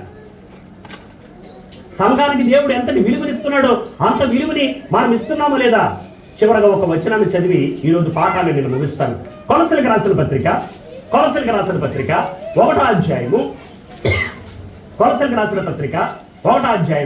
24వ వచనాన్ని చూడండి. వినబడుతుందా మీకు ఏమన్నా? ఈసారి బైబిల్ అందరూ కొలసీలకు రాసిన పత్రిక 1వ అధ్యాయము 24వ వచనం. ఈ సంఘం మీరు చదవాలని నేను ఈ మాట మీరు సంఘం అంతా కంఠస్థం వచ్చేయాలని నేను కోరుతున్నానండి. ఈ మాట ఇప్పుడు మీ కొరకు నేను అనుభవించుచున్న శ్రమల యందు సంతోషించుచు, జాగ్రత్త, ఇప్పుడు మీ కొరకు నేను అనుభవించుచున్న శ్రమల యందు సంతోషించుచు, అంటే సంఘం కొరకు పౌలు గారు ఏం చేస్తున్నాడండి? శ్రమలు పడుతున్నాడు. సంఘం ఏర్పడాలంటే శ్రమలు పడాలండి, పడమని వచ్చేతండి. మనకేదో సరదాగా కబుర్లు చెప్తే సంఘం ఏర్పడిపోదండి. ఆ సంఘం కొరకు సువార్థికుడు చాలా పెట్టుబడి పెట్టాలి బతుకులు. అర్థమైందండి? చాలా త్యాగం చేయాలి. చాలా విషయాలు త్యాగం చేస్తేనే ఓ ప్రాంతంలో సంఘం ఏర్పడుతుందండి. లేకపోతే ఊరకనే ఏర్పడిపోయిందండి. మనం వేరే స్థితి జనాల నుంచి పరిగెత్తుకొచ్చి కూర్చోరండి ఇక్కడ. అర్థమైందండి? దానికి ఎంతో పెట్టుబడి పెట్టాలి.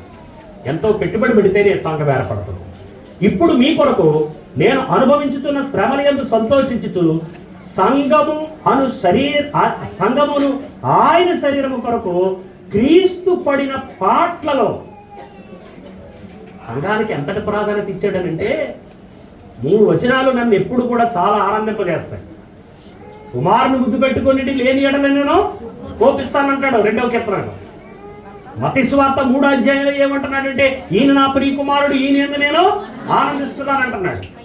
మత్తయి సువార్త 17వ అధ్యాయంలో ఏమంటున్నాడంటే, ఈయన నా ప్రియ కుమారుడు, ఈయన యందు నేను ఆనందిస్తున్నాను, ఈయన మాట వినండి అంటున్నాడు. ఈ 3 మాటలు ప్రభువుని గురించి ఎంత గొప్ప మాటలో, దేవుడు పలికిన మాటలు. ఇప్పుడు ఆయన ఏమంటాడనంటే, సంఘము అను ఆయన శరీరము కొరకు క్రీస్తు ఏం చేయడట? పడిన పాటలు. అంటే సంఘం కొరకు పాటుపడ్డాడండి. ఎవరండి? యేసుప్రభు అండి. మరి నా కొడుకంటే నాకు చాలా ఇష్టం, నన్ను ఆనందింపజేసేవాడు ఆయనే అని చెప్పాడు. ఎవరు? దేవుడు. మీరు మోసే మాట వినకండి, ఏలియా మాట వినకండి, ఎవరి మాట వినాలి? నా కొడుకు మాట వినండి అని చెప్పాడు మత్తయి సువార్త 17వ అధ్యాయం 5వ వచనంలో. కాబట్టి మనం గమనించవలసినటువంటి విషయం, 2వ కీర్తనలో చెప్పినటువంటి మాట ఏంటంటే, నా కుమారుని ముద్దు పెట్టుకోండి, లేకపోతే నాకేమొచ్చేది? కోపం వచ్చేది అని చెప్పాడు. అంత ప్రాధాన్యత ఇచ్చినటువంటి తన కొడుకు పాటు పడేటట్టుగా చేశాడు. దేని కొరకు? సంఘం అనేటువంటి శరీరము కొరకు. మీరు నేను పట్టం కాదండి. ఎవరు పాటుపడ్డారు? అది యేసుక్రీస్తు. అంటే ఎంతటి ప్రాధాన్యత సంఘానికి లేకపోతే, తాను ప్రేమించినటువంటి తన కుమారుడు తన శరీరం కొరకు, యేసుప్రభు శరీరం కొరకు లేక సంఘం కొరకు పాటుపడేటువంటి పరిస్థితిని దేవుడు యేసుప్రభుకి అప్పగిస్తాడు. దేవుడు ప్రేమించిన తన కుమారుడైనటువంటి క్రీస్తు ప్రభు ఈ సంఘం కొరకు పాటుపడ్డాడండి. అర్థమవుతుందండి? మీరు నేను పట్టం కాదండి. మీరు నేను ఎప్పుడన్నా అప్పుడప్పుడు అవకాశం ఉంటే పరిచయం చేస్తామేమో దేవునికి. అర్థమైందండి? అనునిత్యము పాటుపడింది ఎవరనంటే యేసుక్రీస్తు. ఎంత పాటుపడ్డాడు? తన ప్రాణమును త్యాగం చేసేటంతటి పాటుపడ్డాడు. అంతటి విలువ దేవుడు సంఘానికి ఇస్తుంటే, మరి మనం ఎంతటి విలువ ఇస్తున్నాం సంఘానికి? ఎంతటి ప్రాధాన్యత సంఘానికి మనం ఇస్తున్నాం?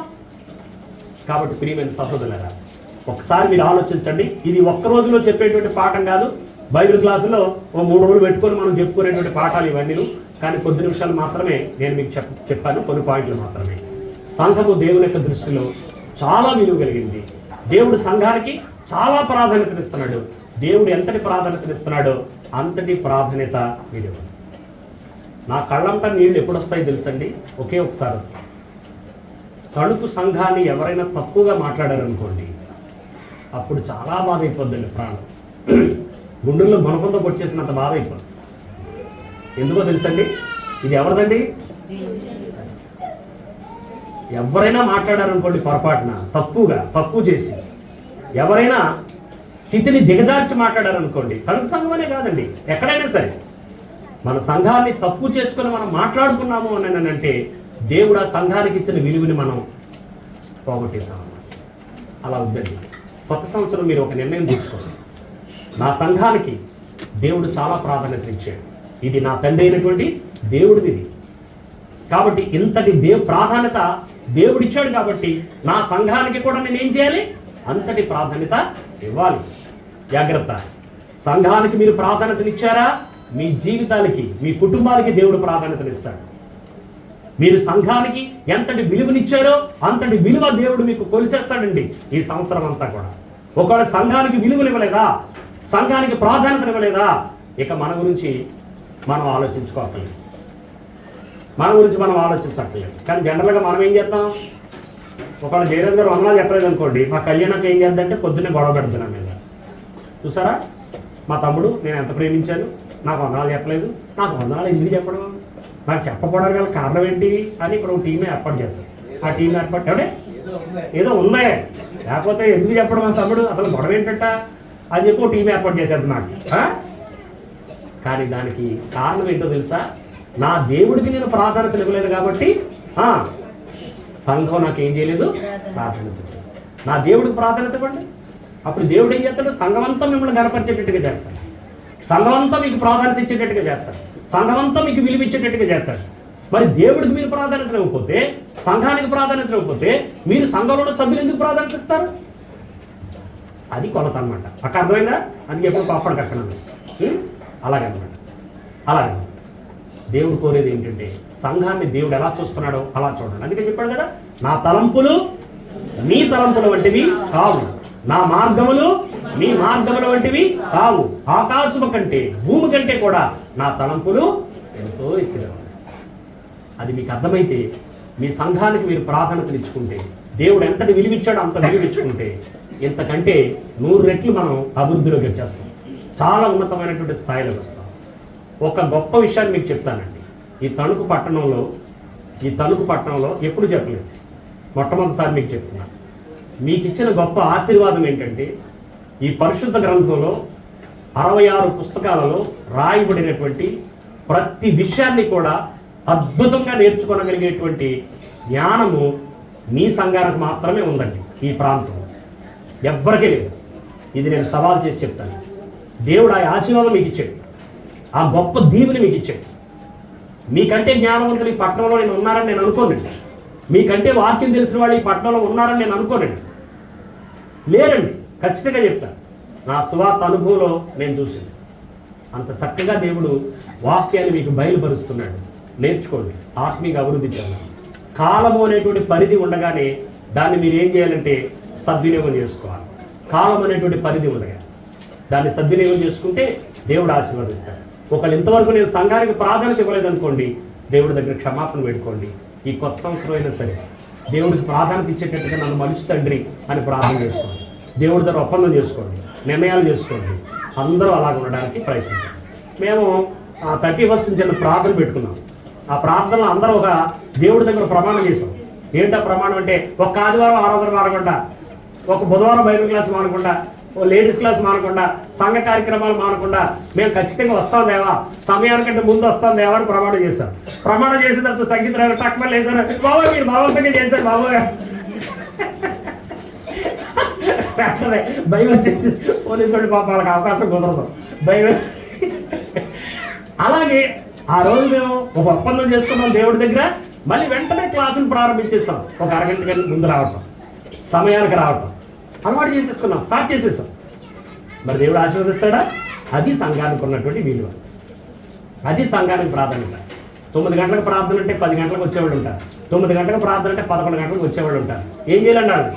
ఎవరు ఏ కేసు చేయాలండి? ఒక కేసు నెంబర్ చెప్పండి. 420. అబ్బా ఇక అర్థం మించింది లేదు, ఆర్సీకి వచ్చేవాళ్ళు కదా 420 కేసు. చేత దేవుడు మనల్ని ఎంత ప్రేమిస్తున్నాడో అంత విలువనిచ్చాడు. అలా బ్రతుకుదాం, దేవుని కుటుంబంగా బ్రతుకుదాం, దేవునికి ప్రాధాన్యత ఇద్దాం. మరి శ్రద్ధగా వాక్యం ఉన్నటువంటి మీకు అందరికీ ప్రభునామాను ప్రత్యేకంగా వందనాలు తెలియజేస్తూ ముగిస్తున్నాను. నీ మాట్లాడే టైం కాదు, బయటికి వెళ్ళేస్తాను.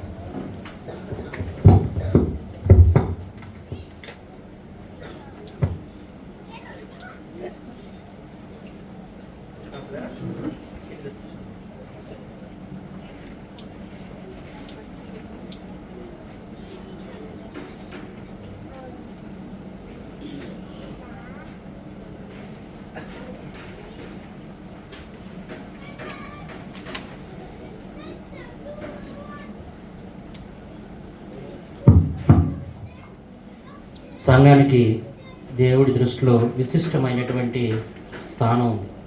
సంఘానికి దేవుడు ఎంతో ప్రాధాన్యతనిచ్చాడు. సంఘాన్ని గురించినటువంటి ఆలోచన దేవుడు నిన్నో మొన్నో సంవత్సరం క్రితమో లేదా 10 సంవత్సరాల క్రితమో చేసినటువంటి ఆలోచన కాదు. జగత్పునాది వేయబడకముందే సంఘాన్ని గురించి దేవుడు ఆలోచన చేశాడు. అందుకనే అది కలంకం కానీ ముడత కానీ ఏదీ లేకుండా పరిశుద్ధమైంది, నిర్దోషమైంది, మహిమ గల సంఘంగా అది ఉండాలని తన అద్వితీయ కుమారుణ్ణి ఆయన ఆ సంఘం కొరకు అర్పించడం జరిగింది. కాబట్టి సంఘం యొక్క ప్రాధాన్యతను గురించి మనందరికీ చక్కగా వివరించి మనందరినీ బలపరిచినటువంటి సహోదరులకి మనందరి తరపున వందనాలు తెలియజేసుకుంటున్నాను. ఈ సమయంలో వెతబడినటువంటి వాక్యం గురించి మన మధ్యన ఉన్నటువంటి సహోదరులు సిహెచ్ శ్రీను గారు వచ్చి ప్రార్థన చేయవలసిందిగా వారిని ఆహ్వానిస్తున్నాను. శ్రీనివాసరావు గారు వచ్చి ప్రార్థన చేయవలసిందిగా ఆహ్వానిస్తున్నాను. శ్రీనివాస్ గారు అందుబాటులో లేనట్టయితే వస్తున్నారండి, తొందరగా రావాలి.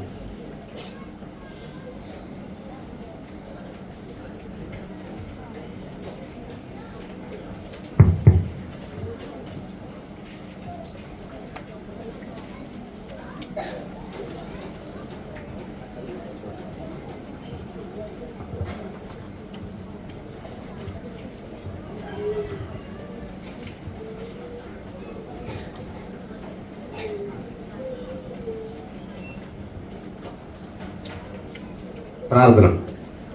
మహోన్నతుడు, ప్రేమ గల మా ప్రియ పర్లకు తండ్రి, నీ ఘనమైన పాదం వరకు లెక్కలేని స్థుతుము స్తోత్రము తండ్రి. తండ్రి, గడిచిన కాలంలో మాకు మమ్మల్ని భద్రపరిచిన విషయాన్ని బట్టి వందలు ప్రభావ, అలాగే మరొక నూతన సంవత్సరంలో మా దయచేసినందుకు మరీ వందనాలు తండ్రి. తండ్రి, ఇప్పుడు వరకు నువ్వు సోదరులు బోధించిన వాక్యం బట్టి వందలు ప్రభావ, వాక్యాన్ని మా మనసులో భద్రపరుచుకుని అటు ఎక్కువ మేము నడుచుకుని భాగ్యం చేసిన ప్రభావ తండ్రి. జరగనున్న కార్యక్రమంలో ఎదురు గ్రహించి నడిపించమని యేసుక్రీస్తు జీవనం ప్రార్థన వేడుకుంటున్నాం తండ్రి.